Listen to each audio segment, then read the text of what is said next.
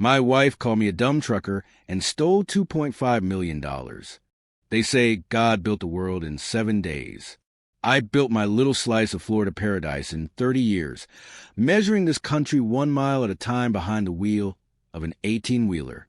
Every nail in our front porch, I hammered it myself. Every board that creaked under your feet had a story.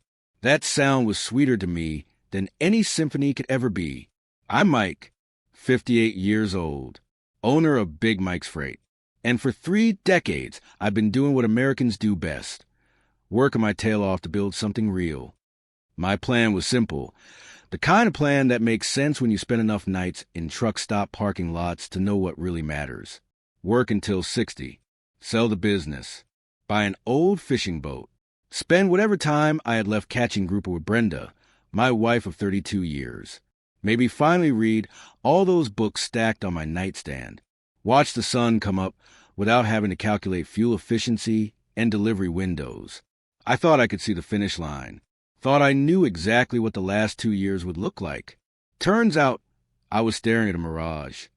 See, the thing about driving trucks for a living is that it teaches you to trust your gut. You learn to read the road, read the weather, read other drivers. You develop the sixth sense for when something's off. A shimmy in the steering wheel. A weird smell from the engine. The way another truck drifts just slightly over the center line. But here's what nobody tells you. That sixth sense doesn't work so well when you're home. When you're tired. When the person setting the trap is someone you've shared a bed with for 3 decades. Our house sat on 2 acres just outside Tampa. Not fancy, but paid off. The grass was always cut. The American flag hung on the porch. In the driveway sat my personal truck, a Ford F-250 I bought used in 2015 and maintained like it was a show vehicle. Next to it, Brenda's Lexus, which I'd bought her for our 30th anniversary. She wanted something nice, she said. Something that didn't smell like diesel and road dust. That stung a little, I won't lie. My whole life smelled like diesel and road dust. It was the smell of the money that paid for that Lexus. But I just nodded. I should have paid more attention to that comment. The business was doing good. Real good. Big Mike's Freight had 12 trucks on the road, a repair facility, and enough steady contracts to keep everything humming. I still drove sometimes, mostly because I loved it, but also because I never wanted to be the kind of boss who forgot what the work actually felt like. We had money in the bank. Not yacht money, but comfortable. The kind of comfortable where you don't check the price of steak at the grocery store, where you can help your kids with a down payment without wincing, where retirement was a when, not an if. I measured my life in handshakes and kept promises. If I said I'd deliver your freight by Tuesday morning, it was there Monday night. That was my code. Simple, honest, American. Brenda used to love that about me. Or at least, I thought she did. We met in 1990 at a diner off I-75. She was waitressing her way through community college. I was a young driver with more ambition than sense, eating breakfast at 2 in the afternoon because that's when my body clock said it was morning. She laughed at my jokes, didn't mind the odd hours, said she admired a man who worked hard. For years, it was good. We built a life together, had 2 kids who grew up, moved away, started their own families, sent us Christmas cards with pictures of grandkids we didn't see enough. That's just how it goes now, I guess. Everyone scattered across the country, chasing their own version of the dream. Brenda never worked after the kids were born. Didn't need to. I made enough. She managed the house, managed the social calendar, managed everything that wasn't a business. It was our deal, and it worked. Or I thought it worked. Looking back, I can see when things started shifting. Little comments here and there. How Donna from her book club just got back from Paris.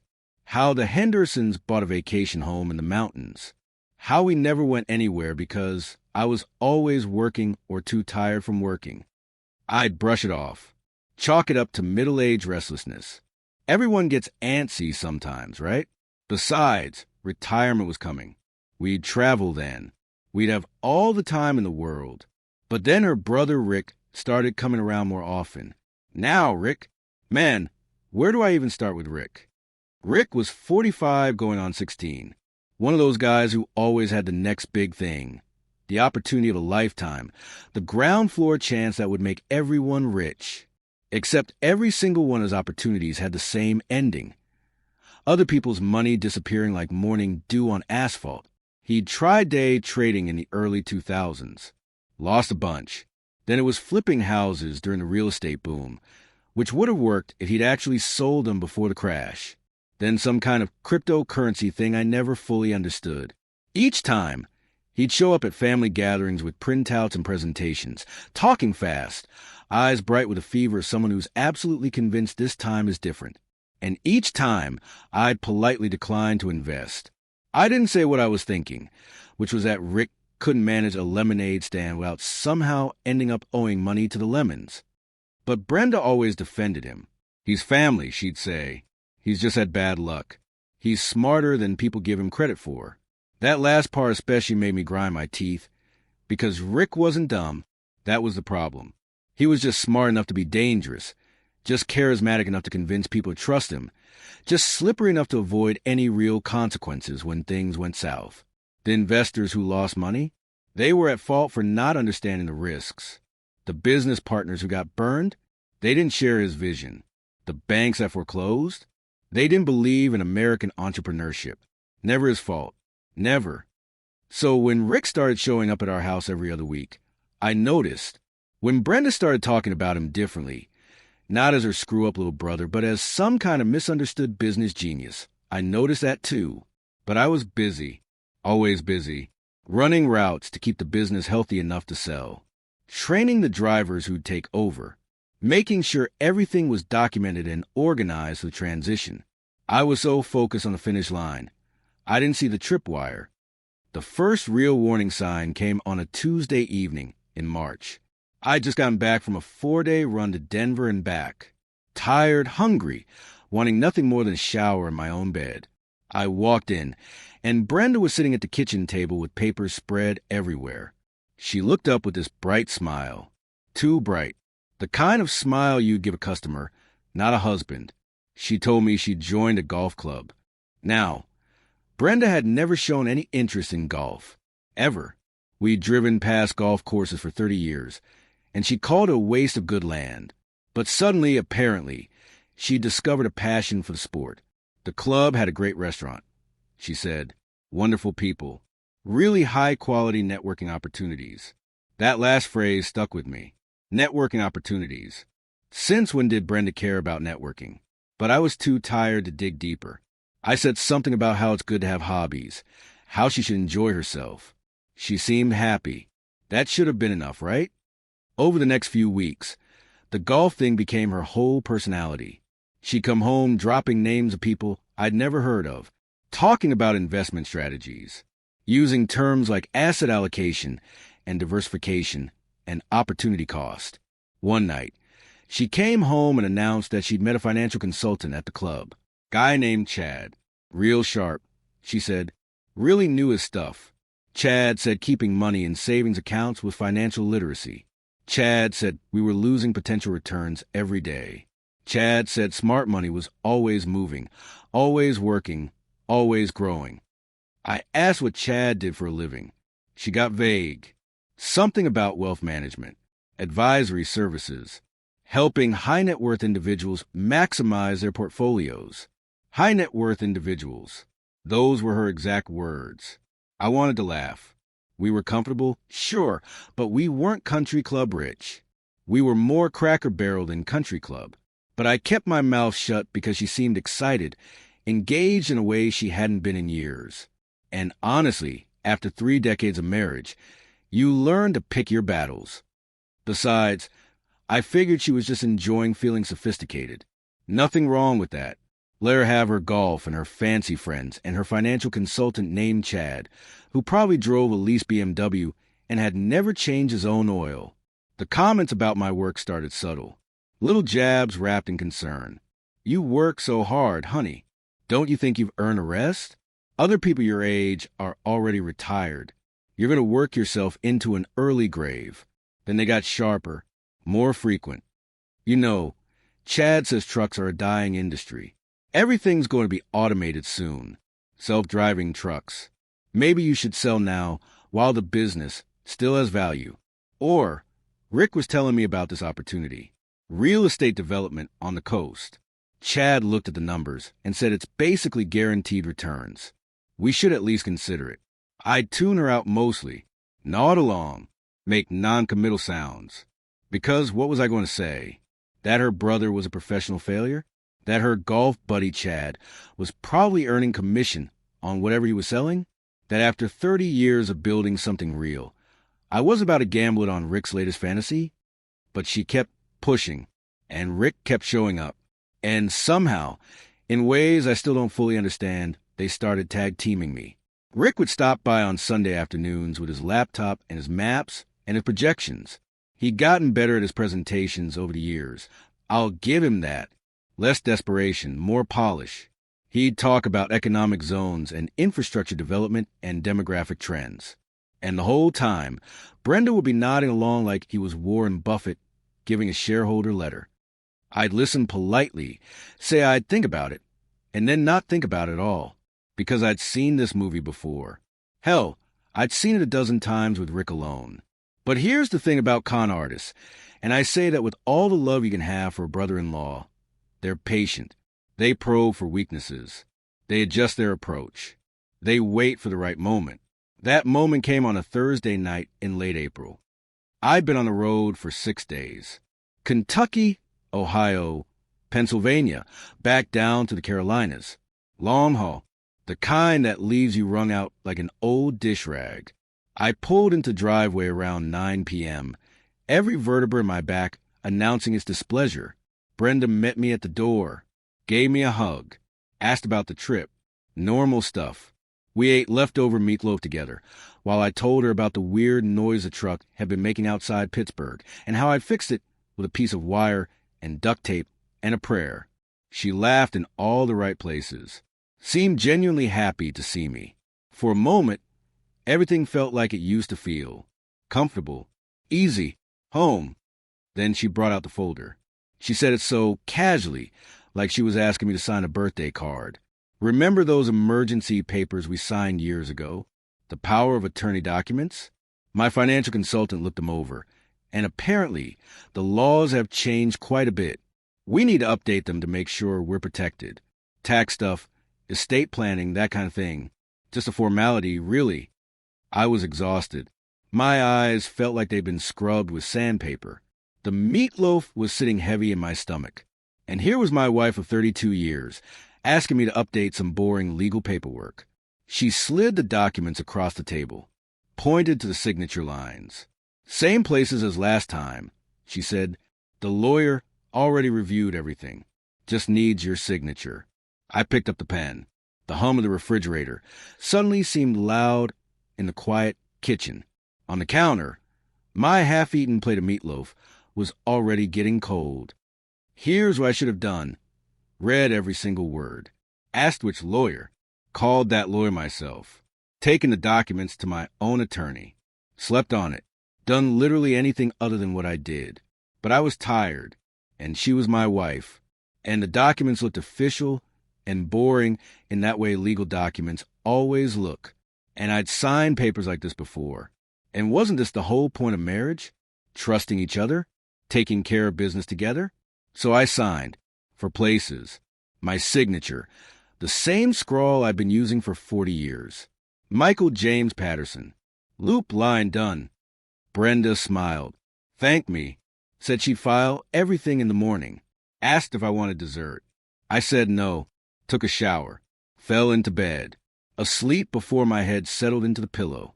I had no idea what I'd just done. No idea that I just signed away control of almost everything I'd spent 30 years building. No idea that the documents weren't an update at all, but an entirely new power of attorney, giving Brenda sweeping authority over our joint accounts, our property, even aspect of the business.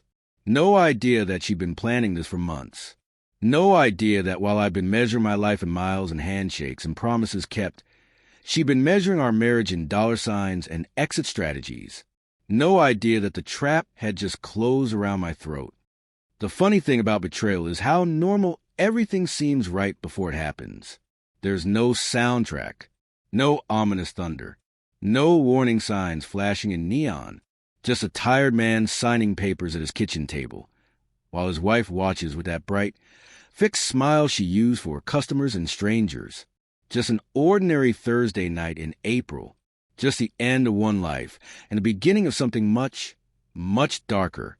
A week after I signed those papers, Rick showed up at the house with a folder under his arm and that gleam in his eye I'd seen 100 times before. The gleam that said he'd found the next big thing. The gleam that had preceded every financial disaster in his 45 years on this planet. But this time, something was different. He didn't rush, didn't talk fast, didn't try to dazzle me with numbers I couldn't verify.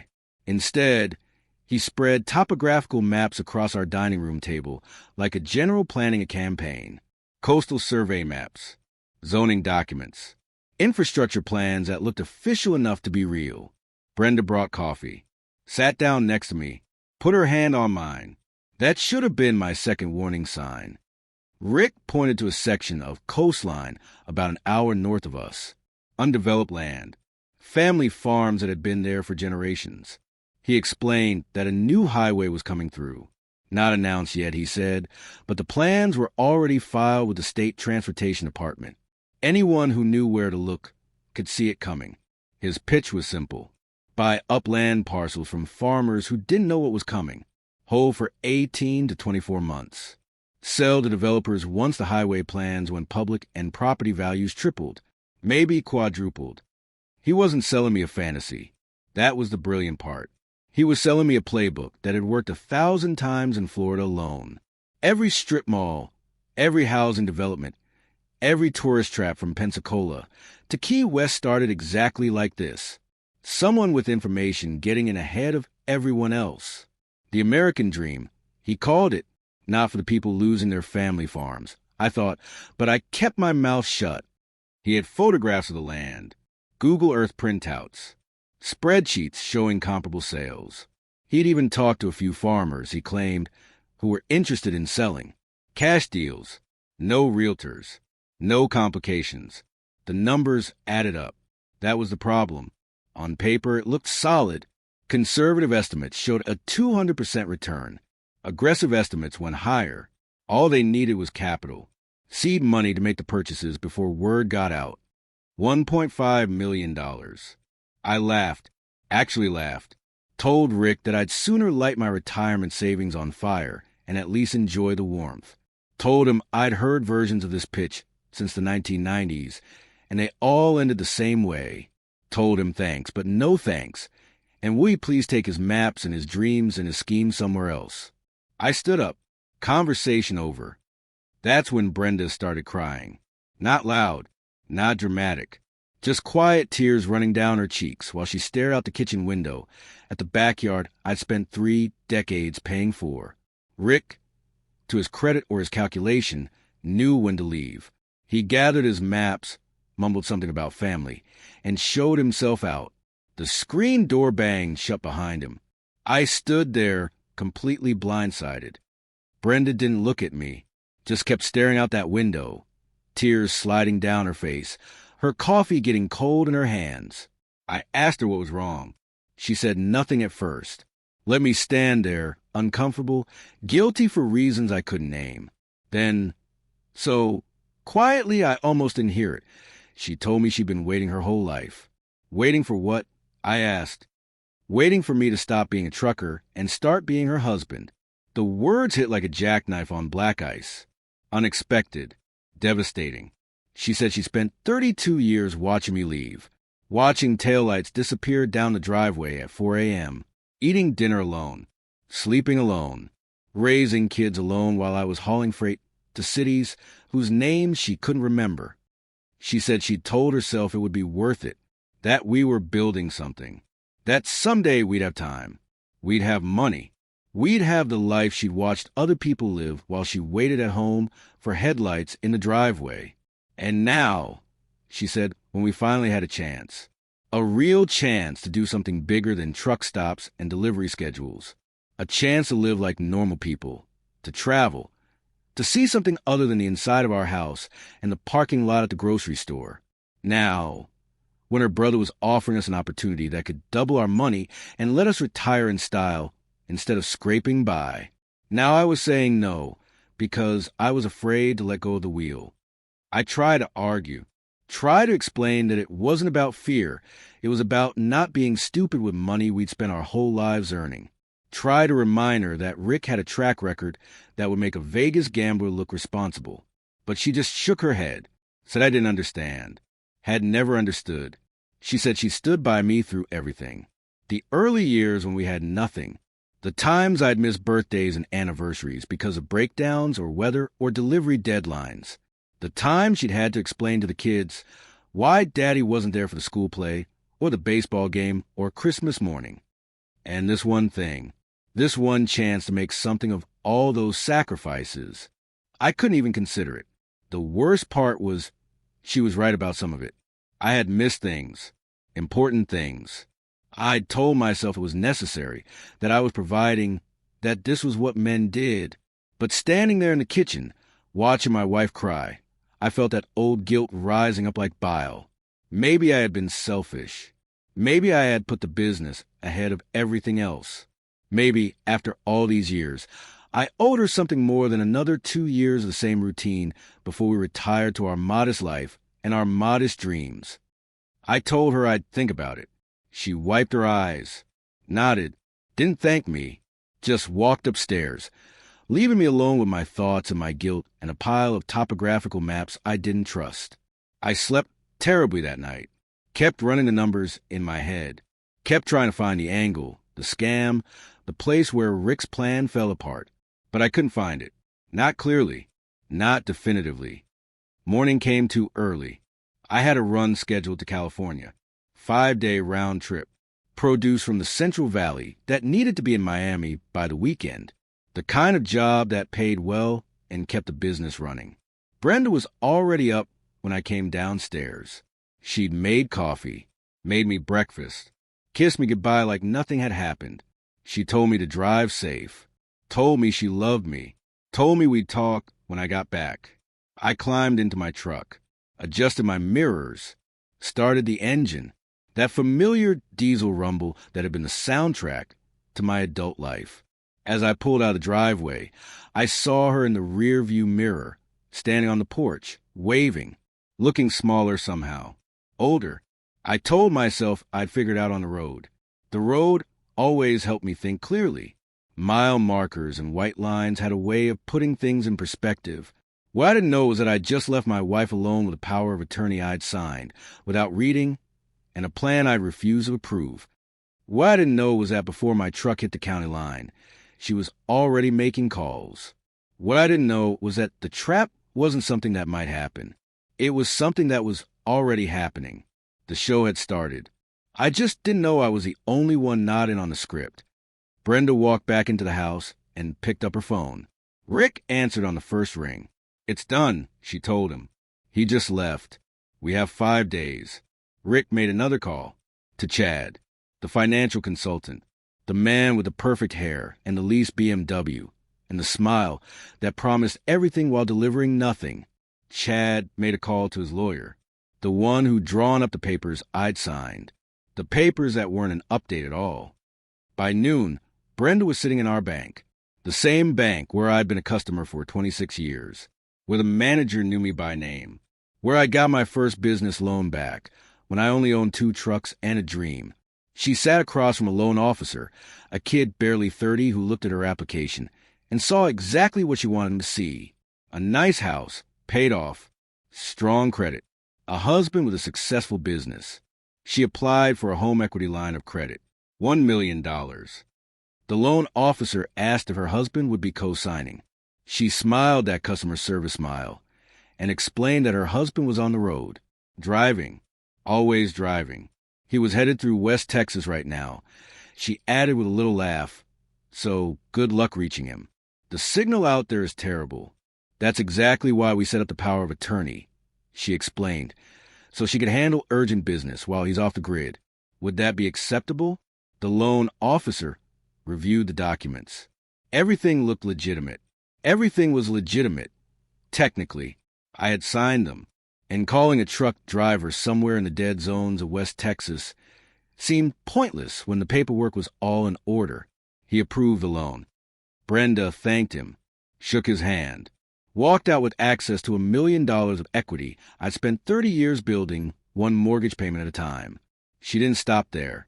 She called our investment advisor, the one who managed our retirement accounts.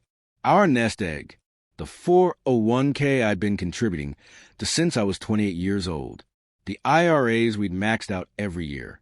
The savings that were supposed to fund fishing boats and grandkids' college funds, and a life where we didn't have to worry.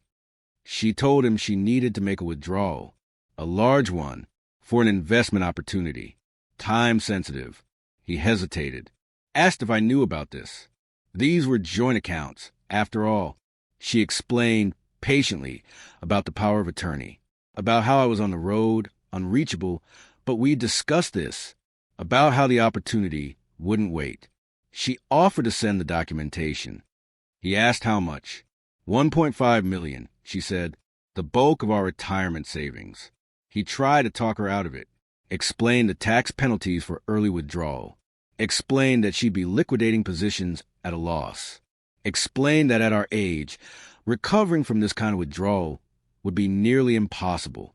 She listened politely, then told him to process the transaction. He did, because legally he had to. The power of attorney was valid. The request was clear. And if a wife wanted to make a catastrophically bad financial decision, well, that was between her and her husband. Within 48 hours, $2.5 million moved out of accounts with my name on them and into an account for Coastal Holdings, LLC, a company registered in Florida exactly 9 days earlier, a company whose principals were Rick Patterson and Chad Morrison, a company that existed for exactly one purpose. While this was happening, I was somewhere in Texas, driving through a rainstorm, fighting crosswinds that pushed my trailer around like a toy, thinking about my wife's tears and wondering if maybe, just maybe, I'd been wrong to dismiss Rick's plans so quickly, wondering if I'd been so focused on protecting what we had that I'd forgotten to think about what we could have. Guilt is a strange thing. It makes you doubt yourself, makes you second-guess instincts that have kept you alive and successful for 30 years. I called Brenda from a truck stop outside Amarillo, asked how she was doing, told her I'd been thinking about our conversation. Her voice was warm, loving. She said she'd been thinking too, said she was sorry for getting emotional, said she knew I was just trying to protect us, said we'd figure out together when I got home. She asked about the drive, about the weather, about whether I'd eaten anything other than truck stop food. We talked for 20 minutes. Normal stuff, comfortable stuff, the kind of conversation we'd had 10,000 times over 3 decades. She told me she loved me, told me to be safe, told me she'd see me in a few days. I told her I loved her too, meant it, hung up feeling better, feeling like maybe we'd get through this rough patch. Maybe retirement would be good for us. Maybe we just needed to make it through these last 2 years, and everything would be fine. I had no idea that while I was telling her I loved her, our house had $1 million lien on it. No idea that our retirement accounts were empty. No idea that Chad and Rick were already discussing how to move the money offshore before anyone noticed what had happened. No idea that the woman I'd loved for 32 years had spent the last 3 days systematically dismantling everything we'd built together. I drove through New Mexico as the sun set. The desert stretched out forever, painted in oranges and purples that made you believe in something bigger than yourself. The kind of sunset that reminded you why you became a trucker in the first place. I thought about Brenda standing on the porch that morning, waving goodbye. Thought about how we used to take drives together when we were young, before the kids, before the business got so demanding. How she'd sit close to me in my old pickup truck, her hand on my knee, watching the world go by. I thought about the future, about that fishing boat I wanted to buy, about teaching my grandkids to tie flies and read the water, about having time, finally having time. I thought about growing old with her, about sitting on that porch we'd built together, watching storms roll in across the Gulf, about being the kind of old couple that finishes each other's sentences and holds hands at the grocery store. I called her again from somewhere in Arizona, just to hear her voice, just because I could. She answered on the second ring. Sounded happy to hear from me.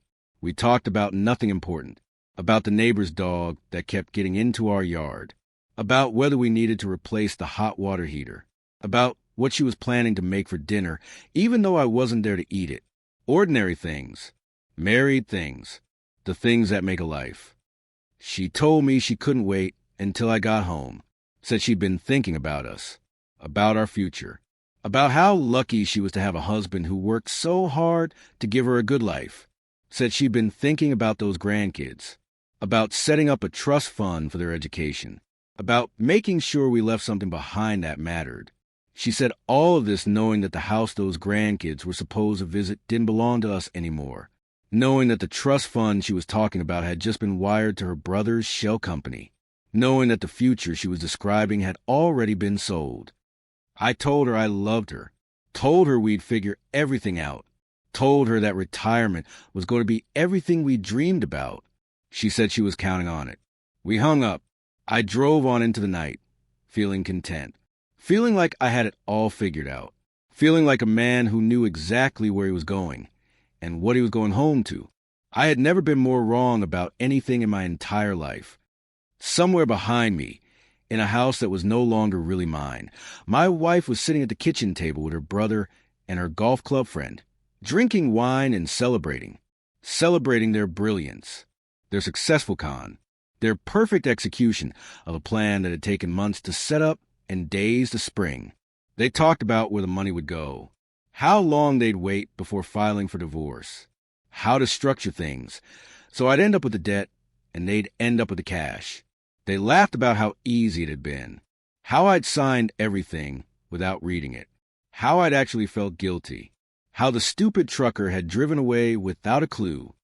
Chad suggested they take a trip, celebrate properly, maybe the Bahamas, somewhere nice. Rick agreed, said they deserved it, said this called for good champagne. Brenda raised her glass. To new beginnings, she said. They drank to that, to new beginnings, to their new beginning, my ending. I drove through California, watching the sun come up over the mountains, thinking about how lucky I was, how blessed, how everything I'd worked for was finally paying off. I delivered my load, signed the paperwork, turned around to head home, home to a house that was already gone, home to a wife who'd already left, even though she was still there, home to a life that had ended while I was driving through the desert, watching sunsets and counting my blessings. The thing about betrayal is that it doesn't announce itself. There's no moment where the music changes and you realize you're in danger. It happens in ordinary moments, in phone calls about nothing, in I love yous that mean something completely different than you think they mean. It happens while you're driving through night, believing in promises that are already broken, while you're planning a future that's already been sold, while you're loving someone who stopped loving you back so long ago you can't even remember when it changed. I was 500 miles from home, headed east, believing I had it all figured out. I had no idea I was driving straight into the ruins of my own life. The Mojave Desert in June is the kind of place where even the lizards look for shade. Heat rises off the asphalt in waves that make the horizon shimmer like a mirage. It's beautiful in a harsh, unforgiving way. The kind of beautiful that'll kill you if you're not careful. That's where my Peterbilt decided it had had enough. The engine made a sound I'd never heard before. A grinding, screaming protest that said something fundamental had broken. I managed to coast to the shoulder, watching the temperature gauge spike into the red zone, like it was racing toward the sun. I sat there for a moment, listening to the ticking of cooling metal, staring at the endless stretch of desert ahead and behind. Not another vehicle in sight. Just me, my dead truck, and enough empty space to make you question your choices. Called for a tow.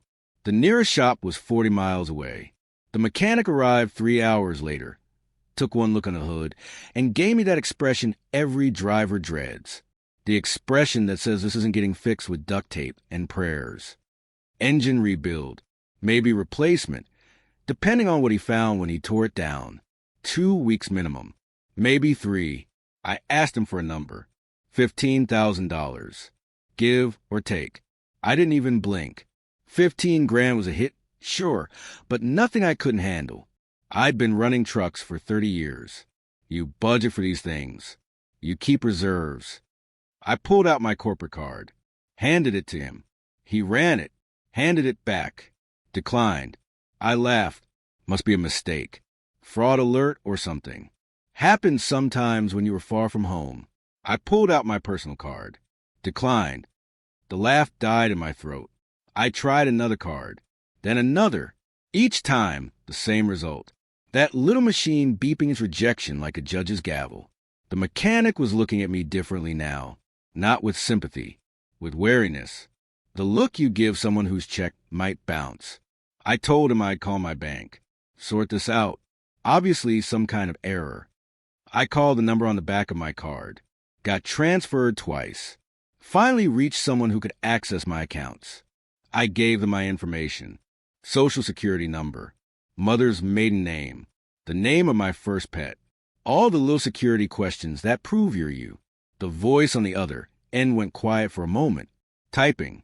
Then, in that carefully neutral tone that customer service people use when delivering bad news, she told me my balance. $112. I said that was impossible. There should be at least $40,000 in that account. Business operating expenses. The money I needed to keep trucks moving while waiting for invoices to clear. She repeated the number. $112. And she added, almost apologetically, there was a lien on my home. $1 million. The desert heat suddenly felt cold. I asked her to repeat that. She did. Slowly. Carefully. Like she was explaining something to a child or someone who didn't speak English very well. A home equity line of credit. Opened 4 days ago. $1 million. Withdrawn in full. Current balance. $1 million plus interest. I sat there in cab of my dead truck. Phone pressed to my ear. Try and make the words make sense. Try and find a universe where those words formed a coherent sentence. I thanked her. Don't know why. Habit, I guess. Hung up. For 5 minutes, maybe longer, I just sat there, staring at the crack in my windshield. The same crack I'd been meaning to fix for 6 months. It suddenly seemed like a map of something. My life, maybe. All the little things I'd let slide because I was always moving, always working, always one more delivery away from having time to deal with it. The crack branched out like a tree, or like veins, or like fault lines in something that was about to shatter completely. My mind was racing through explanations. Had to be fraud. Identity theft. Someone had hacked our accounts. That was it. That made sense. Criminals. Professionals. Some operation out of Nigeria or Russia or wherever these things came from now. Any explanation but the one that was already burning its way through my gut like battery acid. Any explanation but the truth. I called Brenda. She answered on the third ring. Casual. Normal. Like she'd been waiting for me to call, which I guess she had. I told her there'd been some terrible mistake. Our account were empty. Someone had taken out a loan on the house. We'd been robbed. We needed to call the police, call the bank, call everyone. There was a pause. Long enough for the desert wind to blow dust against the windshield.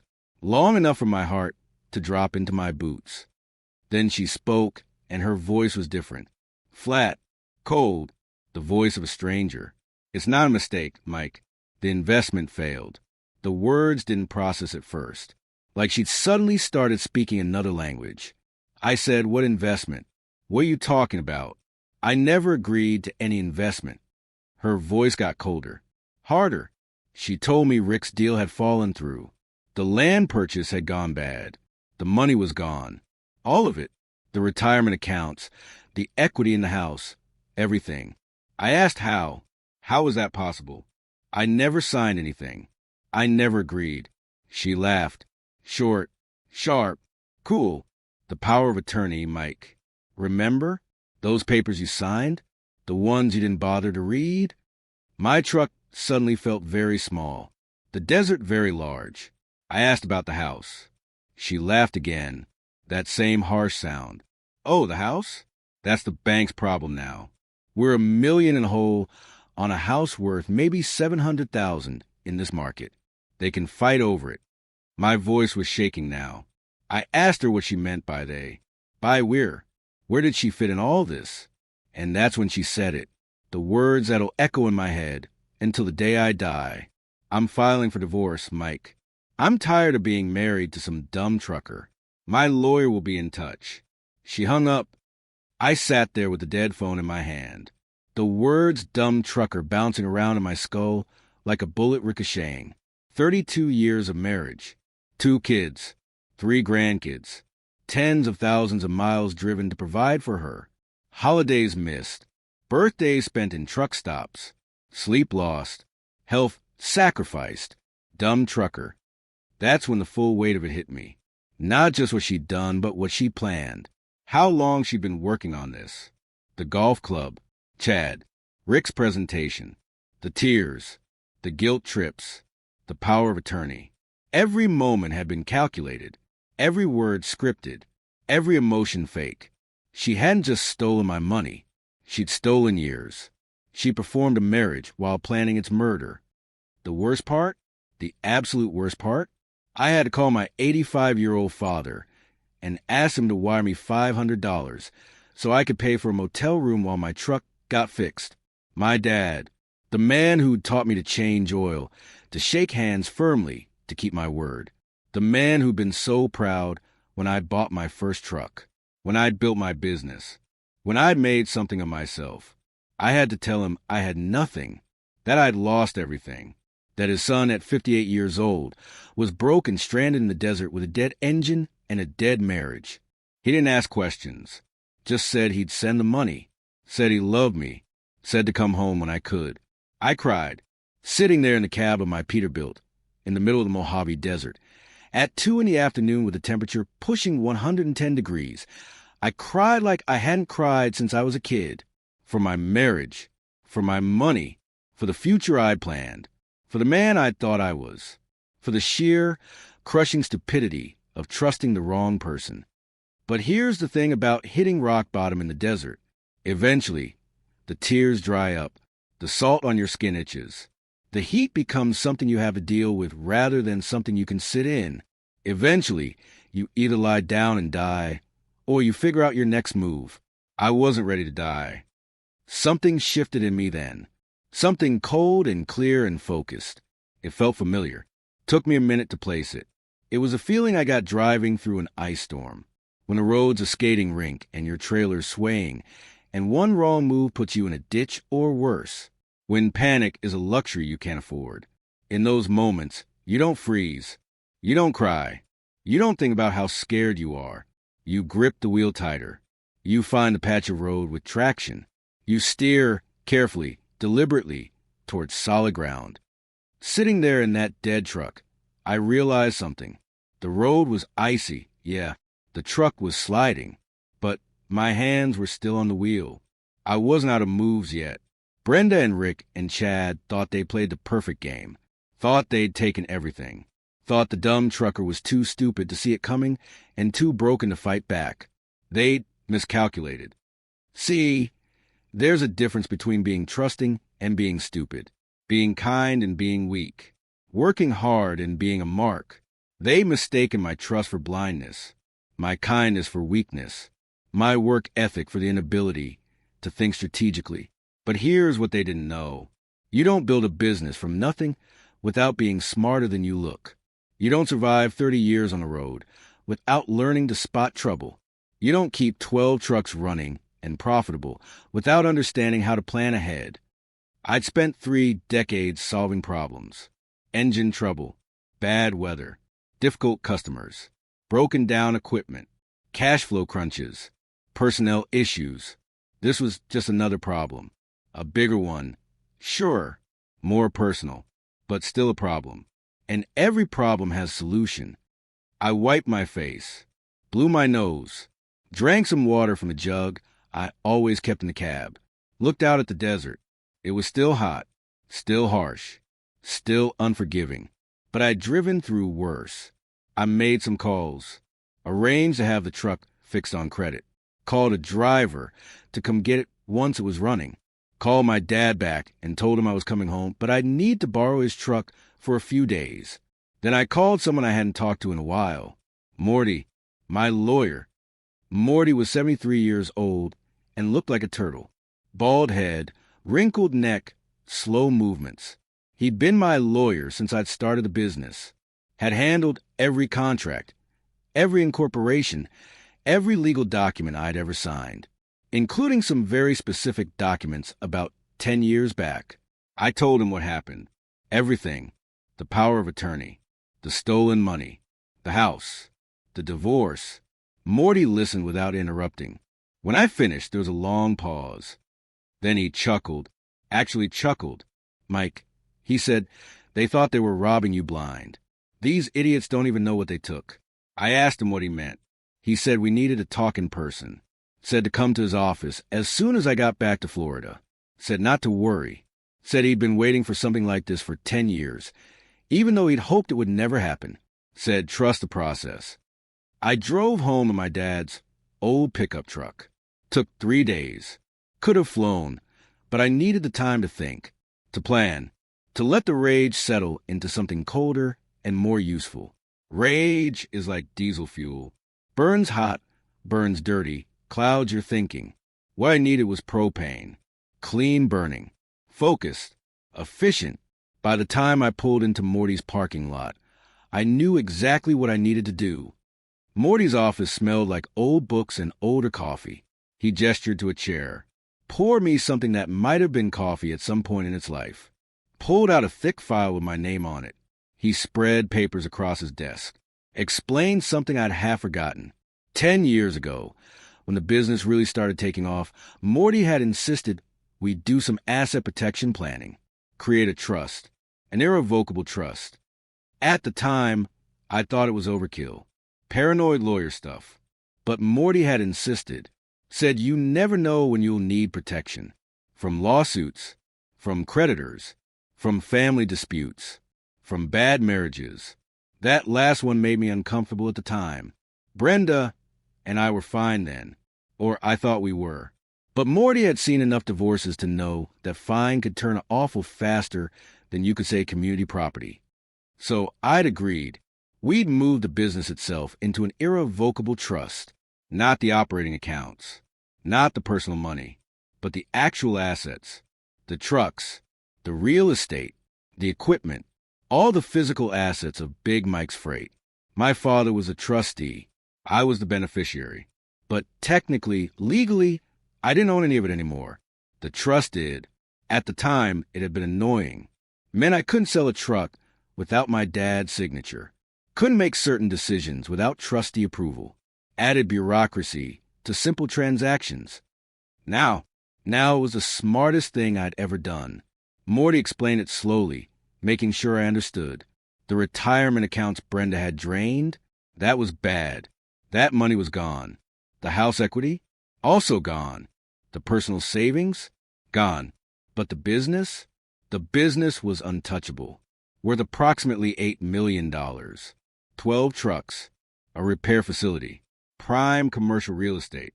All of it sitting safely in a trust that Brenda had no claim to, no access to, no legal right to touch. She'd stolen the pocket change and missed the vault. I asked Morty what we could do with this information. He smiled. It wasn't a nice smile. We destroy them, he said. Legally. Completely. By the book. Then he laid out the plan. The divorce proceedings started. Brenda's lawyer was expensive. Slick.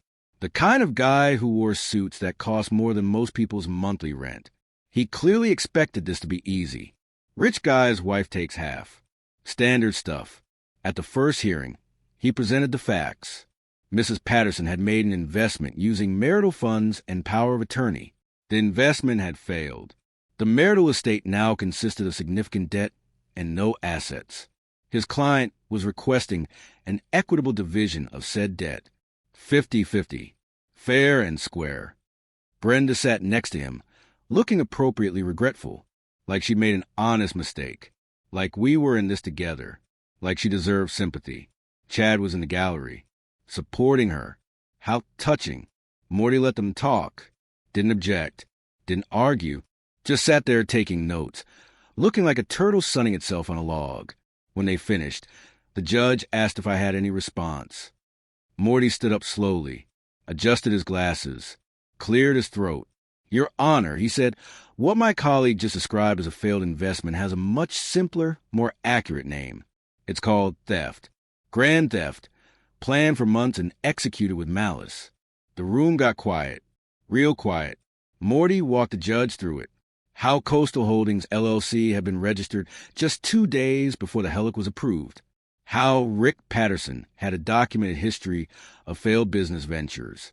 How Chad Morrison was not actually a licensed financial advisor, but a golf instructor with delusions of grandeur. How phone records showed extensive planning between the three of them. How the timing of everything was too perfect to be coincidence. How Brenda had waited until I was on the road, unreachable, before executing the plan. How this was textbook fraud. Plan calculated, executed with malice aforethought. Under Florida law, Morty explained, debt created through fraudulent activity by one spouse is not marital debt. It's separate debt, meaning it belonged entirely to the person who created it, and her co-conspirators. Brenda's lawyer tried to object, said this was inflammatory, said there was no proof of fraud, said his client had acted in good faith based on her brother's business expertise. Morty just smiled that turtle smile and dropped the hammer. Phone records, bank records, a paper trail showing Rick and Chad had planned to move the money offshore. Email exchanges about how easy it was to manipulate the dumb trucker. That last part, those emails. Reading them in court was like swallowing broken glass. But it did the job. The judge wasn't happy. Judges don't like being asked to rubber stamp fraud. He ordered a full investigation, suspended the divorce proceedings pending criminal review, made it clear that if fraud was proven, the debt would fall entirely on Brenda, Rick, and Chad. All $2.5 million of it. Brenda looked like she'd been hit with a hammer. Chad looked worse. Rick just looked at his shoes. The criminal investigation took 3 months. Ended with fraud charges. No jail time, unfortunately. White-collar crime rarely gets what it deserves. But the financial penalties were severe. The bank foreclosed on the house. Put it up for auction. My father, acting as trustee, was the only bidder. Bought it for $600,000. The bank took the loss. I moved back in, changed the locks. That felt good. The divorce went through. I kept the business. She kept the debt. Rick and Chad were jointly and severally liable for their share. All 3 of them declared bankruptcy. Didn't matter. The judgment was for fraud.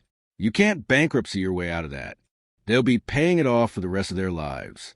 Meanwhile, I still had my business. Still had my trucks. Still had my future. Different than I'd planned. Sure. But mine. 1 week after the house became mine again, I was standing on the porch, replacing the locks, making it secure, making it home. A tow truck pulled up, Chad's Porsche on the back, repossessed. The driver asked where he wanted it dropped. I told him the impound lot was fine. Brenda and Rick were standing on the sidewalk, watching. They'd come to get some of her things. Found me instead. They didn't say anything, just stared, waiting for me to gloat, maybe, to yell, to rub their faces in it. I didn't say a word, just watched the tow truck drive away with the Porsche. Listened to the sound of expensive dreams hitting the pavement.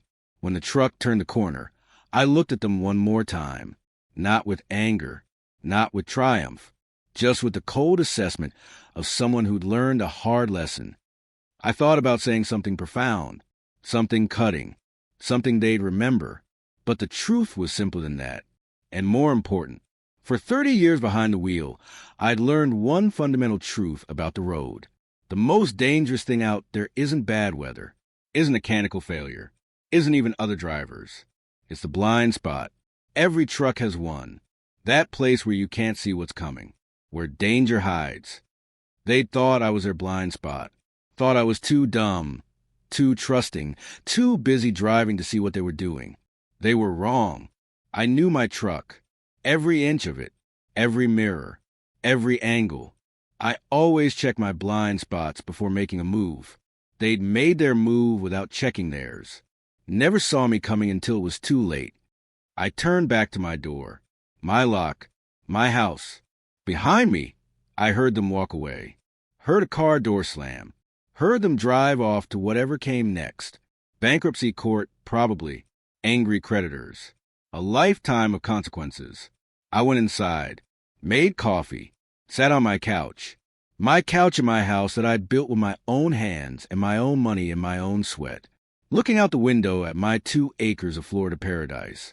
Paid for. Secure. Mine. The fishing boat would have to wait a few more years. The retirement might look different than planned. But I was still standing. Still solvent. Still had my dignity and my business and my future. They'd tried to take everything. Ended up with nothing but debt and disgrace. Sometimes the best revenge isn't what you do to people. It's what you don't let them do to you.